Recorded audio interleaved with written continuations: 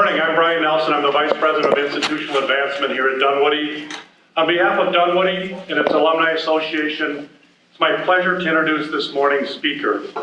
Nawal Noor is the founder and CEO of Noor Companies, a social enterprise that performs mission-based work in construction, real estate development, and community engagement. She brings 8 years of development experience and 8 years of construction and project management experience, as well as over 10 years of successful corporate finance, audit, strategy, and marketing experience working for Ecolab, a $16 billion global company in the Twin Cities. She's a 2019 Bush Fellow, which is really a huge honor, so congratulations, and active in the community and serves on several boards and committees. Nawal is a graduate of the University of St. Thomas with a degree in finance and computer science, and is pursuing an MBA at Northwestern University's Kellogg School of Management. Again, what a huge accomplishment, so good luck on that. She's also a Lean Six Sigma Green Belt Certified Project Manager. Nawal Noor will be presenting on transformational leadership in the built environment. My journey is a universal entrepreneurship lesson for the industry. She made it that complicated just so I'd have a hard time reading it this morning. And she's joined this morning with a conversation with Polly Frenshu, who is our Dean of Construction Sciences and Building Technology here at Dunwoody. So please welcome Nawal and Polly.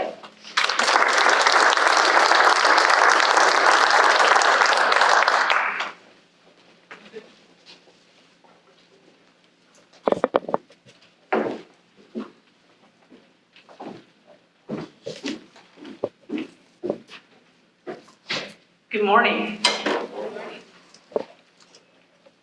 It is early morning. I hope you have an abundance of coffee this morning. I certainly have. I am so delighted to be here this morning. And I want to thank Dawn and Becky, Deans of Construction School, Holly, and the entire faculty of Dunwoody.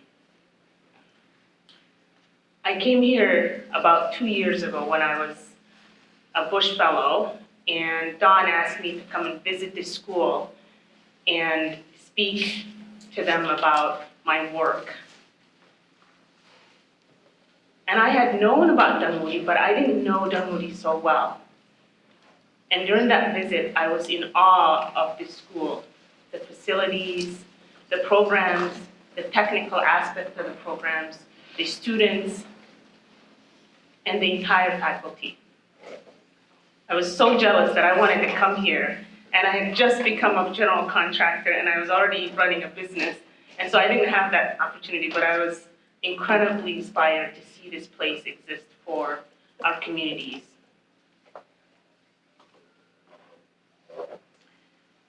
And as you may imagine my background, I was impressed to learn that when William Dunwoody donated a significant sum of money to start this institution, his mission requested that this school, quote, provide for all time and place for youth without distinction on account of race, color, or religious prejudice may learn the useful skills, useful trades and crafts, thereby fit themselves for the better performance of life's duties.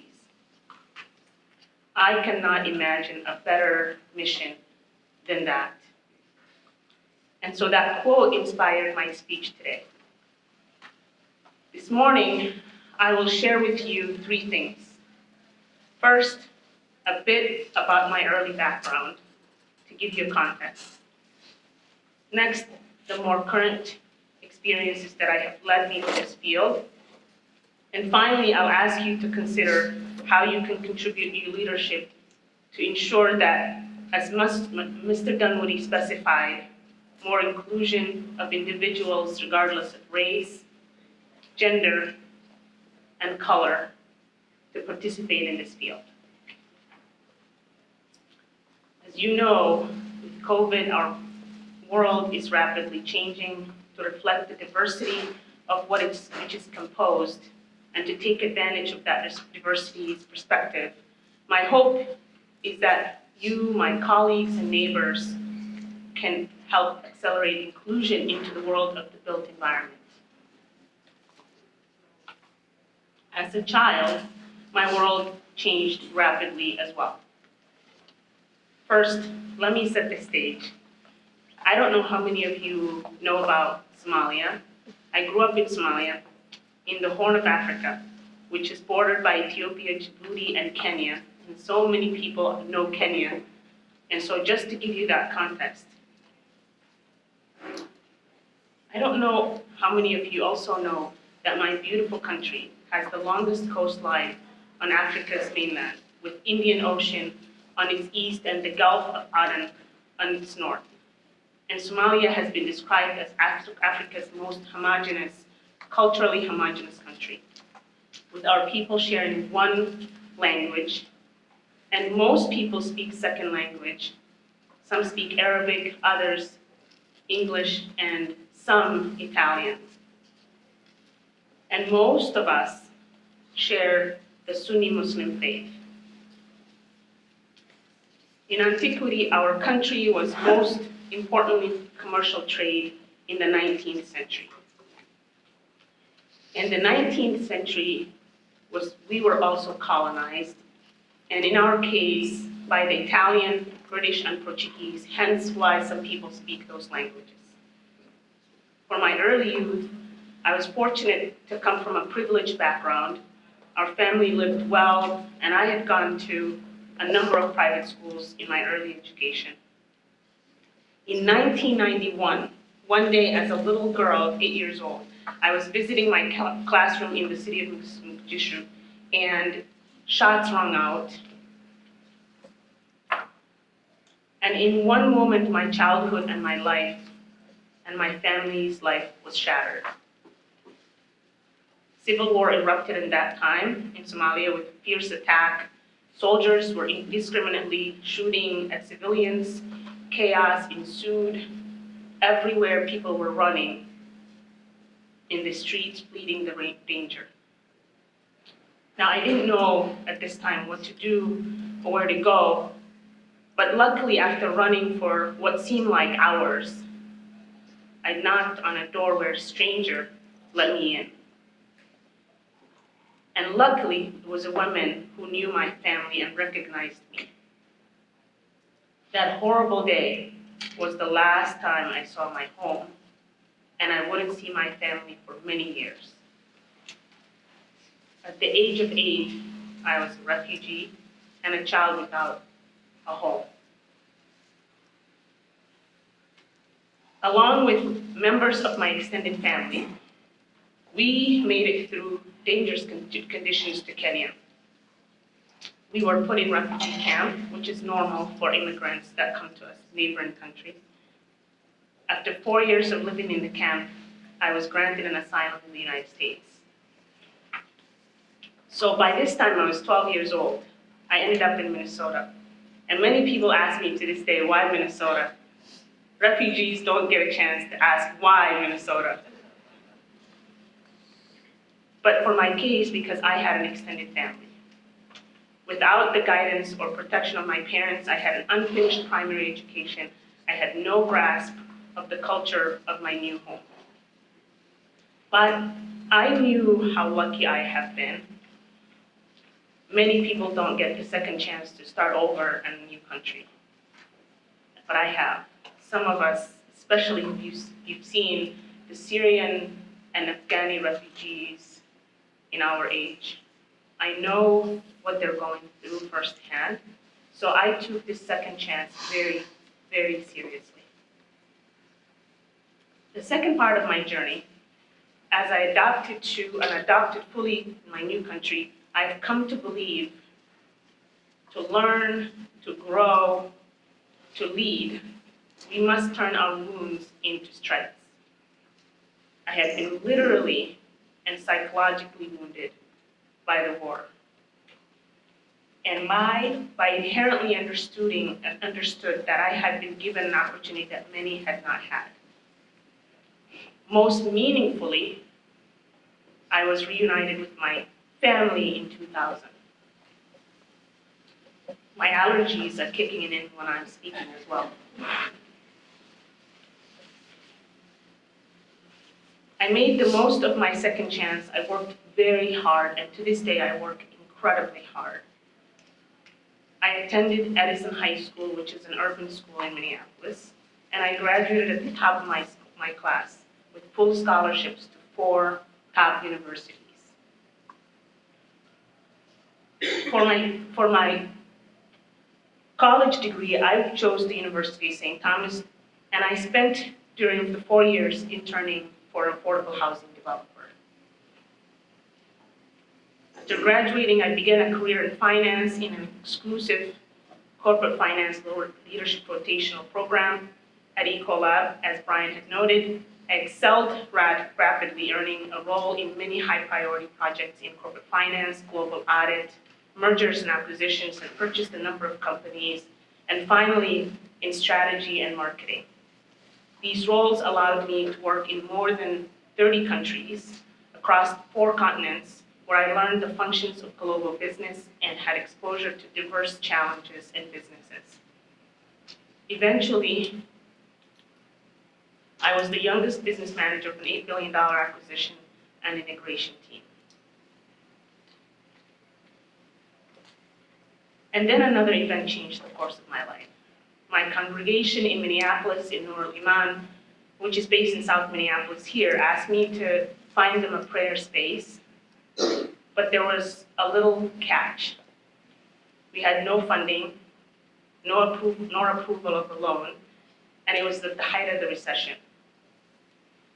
Our real estate agent called it a dream. Through fundraising, we were able to find the necessary resources to acquire the property. And we had the good fortune to find a nonprofit that was vacating their building because of the recession. Next came the task of modifying the space to fit the needs of the community. We found a contractor, check. Started work, check. Those were the easiest parts of the project. But for the next 15 months, as I watched excruciatingly slow progress with our budget dwindling, I took matters to my own hands. And so I entered the world of construction. I managed the project to completion. At this time, I was a Lean Six Sigma Green Belt project manager after all. Initially, I was struck by how much time and money were wasted because of our contractor did not understand the cultural context of the project. For example, as a sacred place of worship, mosques require a fairly sophisticated ablution space so that worshipers can appropriately cleanse themselves before they enter the sanctuary. Neither the contractor nor the city had any experience with an ablution space or various other complexities that are required to design a space of worship. And that's when it hit me. I'm a serial entrepreneur, so I see ideas and opportunities in everything that I look at. I realized that there was a gap in the market with no contractors of color, certainly a woman of color, and certainly not one with a scarf. And certainly no contractors that had the cultural competency required for a project like this. Although I had started graduate school at Kellogg by this time, I paused my master's program to create a development and construction company just to meet the needs of the community. I didn't get paid for this job. I was working for another company at the time, and I was very fortunate that I didn't get paid. Although I had no construction background, I learned quickly, and I wanted to prove everyone that I knew what I was talking, so I became a general contractor, a licensed general contractor in the state of Minnesota. I envisioned my company working towards the broader mission of positively impacting the community, and I didn't want to just start a construction company, typical, just like all the others. I wanted to start a social enterprise that connected young people to the workforce that was available and the work that was available in the field of construction and development. I realized that there was a group of people, young men and women of color, who needed a well-paying job but didn't have the skills to work in the complex construction field. So I saw the opportunity to create a construction where finance intersected with workforce, community, and affordable housing. And even with my past experience being as a child ripped from her home and her family, I can tell you I've never done anything this difficult, of starting a construction company and running a construction company. Oftentimes I tell people, I could have started any company. Why I chose this construction company surprises me every day. Please understand, I have been greatly rewarded by the positive impact I've been able to make on my community, but the challenges have been substantial for me. I did not take a paycheck for 4 years to build the work, the cash needed for the business. I was lucky enough to do that and to have the support in my family. And of course, I grew my business, my team, several entities have also worked with us and gave us a lot of opportunities as well, and I'm grateful for that. But now I come to my third of 3 parts I wanted to tell you this morning. Perhaps the most daunting challenge I confront is that of being the only. And it's interesting, I was talking to Dawn earlier in the conversation, and she said, there's not a lot of women like you that come to speak. And I said, I'd like to change that. So that daunting feeling of being the only woman of color, the only woman of my background, and certainly the only woman with a scarf. Someone once said to me, you're gonna see wounds by being the only, and I have. But turn your wounds into wisdom. Many of us will be wounded our lives, and it takes a certain attitude to overcome these wounds and to grow from them. Taking time to think positively is one of the greatest vehicles to help us reach our potential.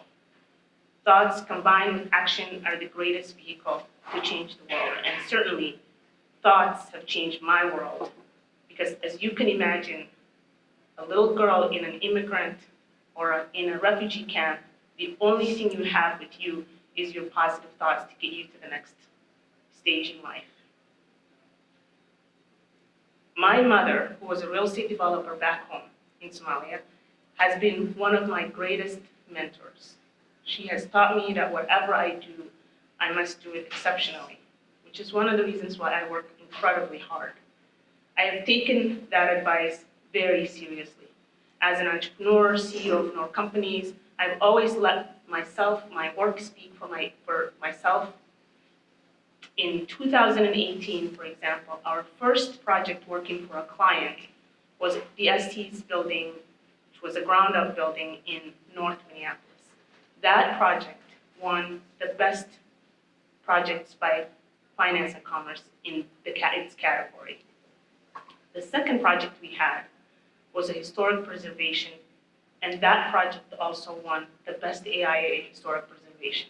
I've never done a historic preservation in my life. Throughout my short career in construction, I've been told I do not know what I'm doing, and I do not belong in an industry that is not fit for women. I would like to say I've proven them wrong, and I'm still proving them wrong. The fact that I'm a woman and a woman of color is a plus and is one reason that our clients work with us, but it is not the primary reason they work with us. In real estate, there's a concept there that is projects and developments should be created for the highest and the best use. In my case, I would like to say my talent and my vision for myself has been, how do I create the highest and best use for that talent? What keeps me going is the inspiration that I get from every single affordable housing we build, every young woman, a person of color we inspire to pursue in the built environment. Through this work, I realized how my various skills could assist many in my community. facing insurmountable difficulties in affordable housing, finance, business, and workforce development. This work has led me to challenge the status quo and use my business to give others a second chance as I have been given. In closing, I ask each of you to consider how you can use your power and leadership to create the needed change in our industry. The one thing that we can count on, especially in construction, is change. So figuring out what side of the change you will be is crucial. Will you resist that change, or will you champion it? Naturally, my hope is that together we're able to create a more diverse and representative industry, one that better represents our changing world, and an amazing industry that is fully representative of William Dunwoody's mission to provide so that, quote, all without distinction on account of race, color, or religious prejudice may learn the useful trades and crafts and thereby fit themselves for the better performance of life's duties. End quote. Thank you.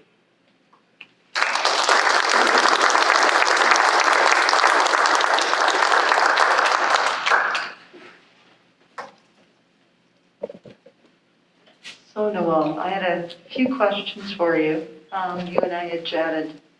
Now that I've heard your background, it is interesting. It is a fascinating and inspiring background, I must add. And I appreciate you coming here today.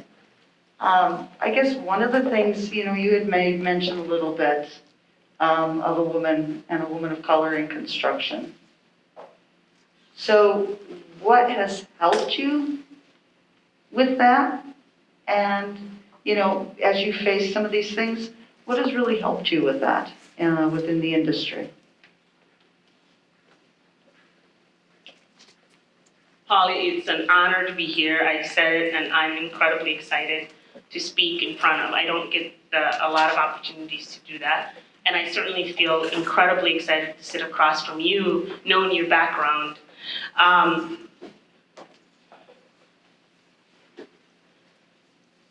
I'm not religious, but I believe my faith is one of the things that really helped me be successful. In the industry of construction, it is a genuinely difficult industry to be in, both because the risks that are associated with the industry are so tremendous. From a project going bad or going over budget or a subcontractor failing, you have so many things that could go wrong in that period. And the margins you're working with are very, very small. And so taking that risk has been one of the greatest challenges for me. And a lot of the projects that we work with, I am required to be physically present for each of those projects. And you can imagine, I come from a business where I knew how to run big businesses, like $16 billion. We had a lot of people. And you come into running a small company, and you are the one that every decision ends up with. And you've got a little bit of window to work on the strategy part of the business, and a lot of time to work on the tactical part of the business. How do you solve problems? How do you think about risk? How do you mitigate that risk? How do you make and motivate your employees, especially as a woman of color, when everyone is a white man and they're not used to women telling them what to do or where to go. And so what has helped me, one, is I'm very fortunate to have the business background that I've had. So thinking about risk was probably the easiest thing for me, and running the business side of things was probably the easiest thing for me. The hardest part was, how can I change this industry to think innovatively? How do we talk about work in a proactive way rather than reactive? And so the industry is conditioned to think reactive. How do I, when you come into a physical place and you have an electrical plan that you worked with, and then you show up and the plan is nothing like what the current environment is. And so it starts that chain of events from the architect who drew it at the time and didn't go through all the details of that existing place, perhaps, or the architect that didn't think about the new building that they're building and transposing the mechanical with the electrical and the fire protection to make sure that there is no conflict and all of those things. And you have to solve those problems all the time. And so oftentimes I've come from a background where in manufacturing, especially in Lean Six Sigma, you're working with highly efficient manufacturing processes. This is not a process. Very little processes exist in the construction industry. And so to be one of the few people to think from that perspective was really hard. It's still hard to this day. And so what helped me is thinking, stepping back every single time, whether it's dealing with people, whether it's dealing with a business problem or with a client, oftentimes sitting back and figuring out, how do I create a process rather than just solve the problem today? And it's still hard to this day. I hope I answered your question. So what is the biggest challenge you face today? So that is one, but is there others that you would, that is a kind of a big deal right now? I think the innovation part is significantly a big one for me. I think the other part is talent. I think talent is scarce in the industry, and it starts with the mentality of how do you think about the construction industry as a place for people who are talented to think about going. And I compare that to when I'm a finance person, and I come from a very highly educated group of people.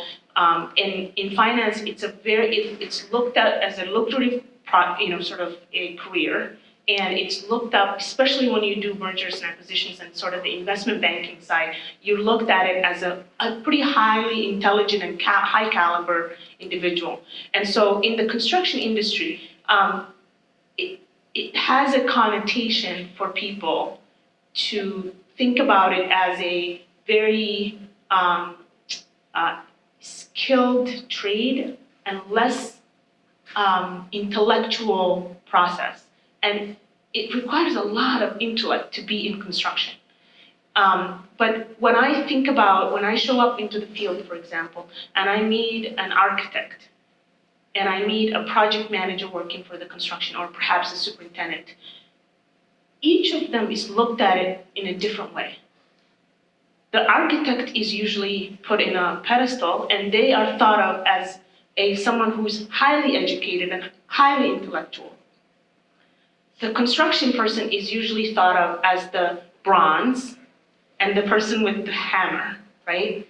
And construction lately is becoming less of the hammer and more of the intellect. How do I solve problems before they happen? How do I use technology to solve those problems? And so how do you attract really smart people to this industry? It's been one of the hardest things for me, and especially as for a small company. And think about it, in technology, people look at startups as, I really want to join a startup. I want to be part of it, I want to own it, I want to get to be a sort of a Google or Facebook. On a construction startup, it doesn't get the same type of interest. And my hope is that I can change that, because I think it's a pretty cool thing to see a building you built. But even more so, I think, getting the talent from a Dunwoody source or other people who, similar to me, did not come from the construction background, have no construction interest prior to them starting construction. To me, I think that diversity of thought is something that has been the challenge for me, and I'm working hard every day to change that. So how could we partner? We've talked about, being a woman of color and increasing diversity within the industry. What sort of partnering do you think? We all know it's kind of a big, it's an issue, but how do we solve it?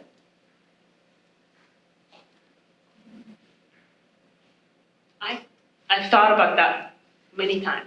I mean, even when I was talking to Don and I was talking to the few people I met just today, it's gonna require a lot of work, and it's not something that I can certainly give you a full answer today. But I think the primary answer I would say is that there are a couple of easy ways that we can think about. One is being a feeder of interns, people who wanna get into this industry, they can come and work with us, and they can get to experience what we do and experience the industry. Exposure is an important part of the work that you do. I certainly had, when I was I was an intern in that affordable housing development, the thing that makes me so excited about affordable housing development, and it's affordable housing development is one of the hardest parts of real estate development, because a project could take almost 4 years to get it to built. And so you have to have the patience to kind of stick to that on that timeline. Is that I worked as an intern, and I saw firsthand the impact that you can have by housing people who didn't have a place to live. And so from a Dunwoody perspective, I certainly feel like it would be a great place for us as an employer we can partner with Dunwoody. The other part is really coming up with maybe a brain trust of some people in this room may be perfect for that brain trust. How do we feed the pipeline from a young age so kids can experience it? When I started the social enterprise at the time, North Minneapolis had 19% unemployment, yet you couldn't find anyone to go and do labor work. And so thinking about how do we connect people who are not necessarily experienced or know that there's resources like Dunwoody or a school like Dunwoody exists, that they can learn this field and the trade skills to be successful in the field. The other part is we have to get allies in the companies that exist today and are hiring the young people that come out of Dunwoody. When a woman comes and graduates from Dunwoody and she works for a company out there, you have to have someone to help you grow in that company, to help you get to that next career, to help you when you show up in the field, to say, don't talk to me, talk to her. Don't look at me, she's the one who's making the decision. You need someone who can be that leader, who doesn't have the ego that they have to be in every conversation, and so that women and that young person of color can develop the leadership skills needed to be able to successfully lead. And also to give permission for the field people to acknowledge that that woman is there or that young person of color is there, and that they are part of the team, and that they are just as highly intellectual and highly capable as a person who is not a person of color or a woman. And so partnering with those companies to ensure that when someone is placed in that environment, that they don't feel that they cannot be successful. That's why people leave the construction industry, because it's already stressful to run a project. Can you imagine showing up and not necessarily being acknowledged or listened to or respected? That makes it super hard to do something and to be in that industry. There are so many other industries that are competing with the construction industry. No talented person has to be in this industry. So you have to make it okay for them to be in industry and to be successful. So I think we'll do a Q&A, Rich? We got a few minutes for some Q&A from the floor. Anybody have a question? We're going to start over here.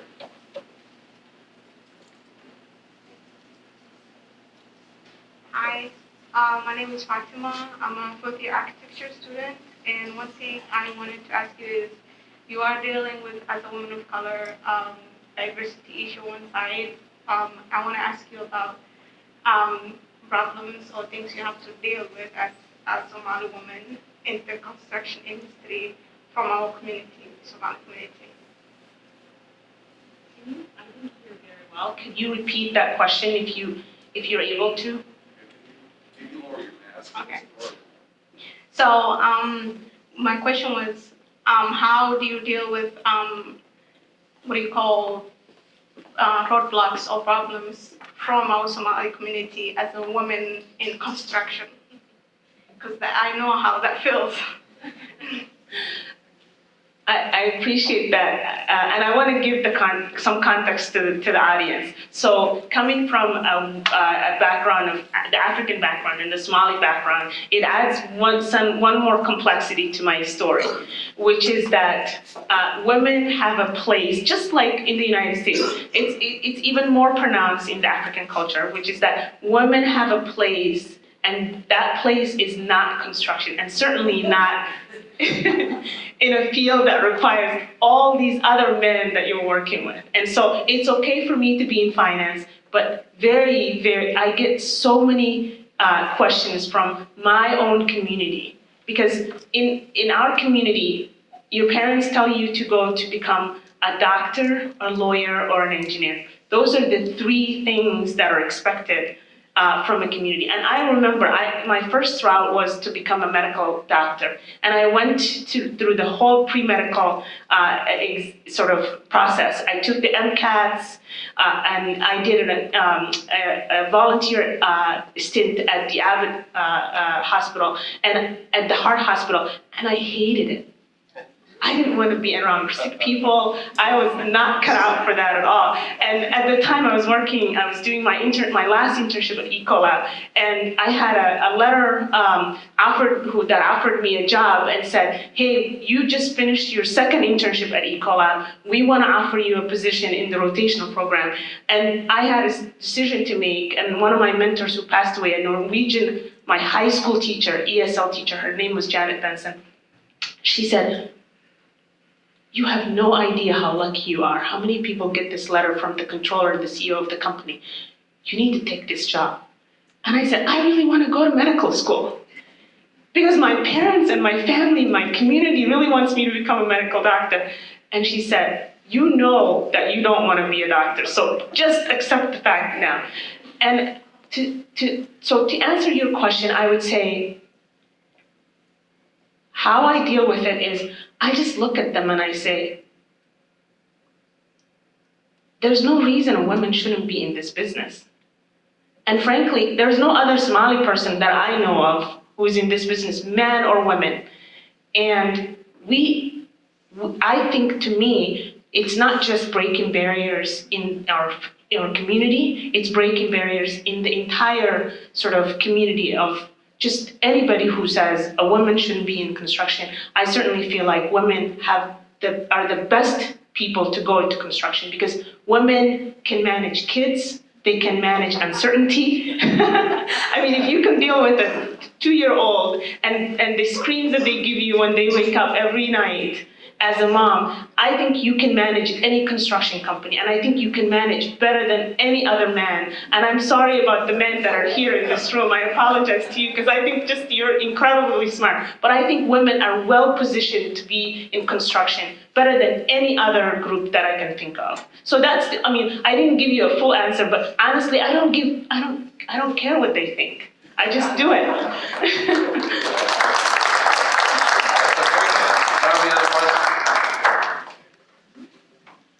Thank you for your presentation. You have a fascinating background, and congratulations on your success. I've had the opportunity to work with a number of entrepreneurs who have started small companies where they wear every hat and make every decision. And as the business grows, they've usually had trouble trusting or empowering other people to make those day-to-day decisions. I'm curious about your management philosophy as your business gets bigger. Polly asked me the question. I was trying to sidestep that question many times because I haven't quite figured that out. And I will tell you why. If I was running a chemical company like Ecolab, I would have the trust to say, I'm going to let go and give that hat to someone else other than me. But I'll tell you the difference about construction and any other business you can think about. There's a complexity about bonding. So every construction company is required to do public work, you have to have bonding. And that bonding typically requires that you have certain level of net worth. And so to give you context, if I was doing a $2 million job, I have to have $200,000 liquid assets that I cannot touch for working capital. And I have to leave that for just in case something goes wrong with that project. And not only that, I have to indemnify personally with my assets, my family's assets, my kids' home, everything that I own with that one bond.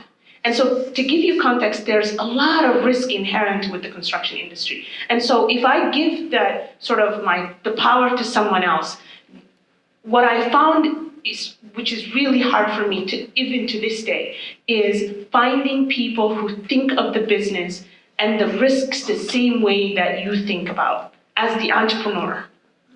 And David Lyman is here. He's one of the recruiters I actually worked with. And for a long time, we've been trying to figure out how do I get that person that I can trust fully, who thinks about the business the way that I am thinking, even if I have to give a share away.